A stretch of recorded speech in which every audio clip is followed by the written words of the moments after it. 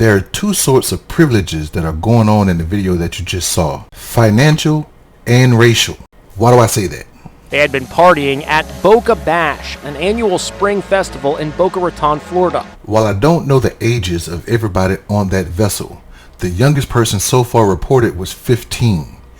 When I talk about finances, that's what I'm talking about. They were partying at a Boca Bash in Boca Raton, Florida, and how many people you know got the money to go out and enjoy something like that unless they have a certain amount of status and finances? And when having a certain amount of status and finances, there tends to be a little attitude with that if you're not grounded in anything. That's why they thought they can do what they did. Authorities know the identities of some involved, but so far no charges have been filed. That's the racial.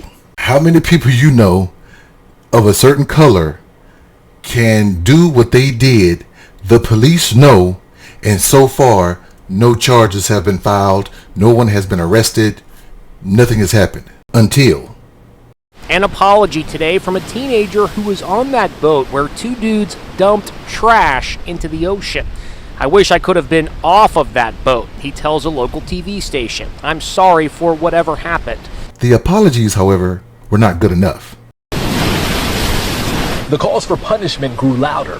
It was done deliberately, and that's the part that's really sparking the outrage, in my opinion. And backlash for it got so bad till they had no choice but to. The Florida Fish and Wildlife Conservation Commission says two teenagers, a 15 and 16-year-old, turned themselves in after they were caught on video dumping garbage into the ocean in Boca Raton Sunday. It took the backlash from social media and people talking about it. It took the news reporters to constantly talk about and investigate it for the Boca Raton Police Department and the Fish and Wildlife and whoever to finally say something needs to be done. That's what I'm talking about when it comes to racial. But there's one more component to the story. The trash they left behind is disturbing. A lot of trash on this side. These volunteers found all these empty bottles and cans. This is part of one haul. Here's all my beer bottles. They filled 2 buckets with junk. They also found lots of vape pens. Now, I'm not going to accuse the young men of drinking alcohol and smoking on vape pens. I'm not going to say that. I don't know for certain. And there were some adults on the vessel. But you got to ask yourself, do you think that maybe one of the 2 boys had a sip? Do you think one of the 2 or 3 boys that were underage smoked on the vape pen?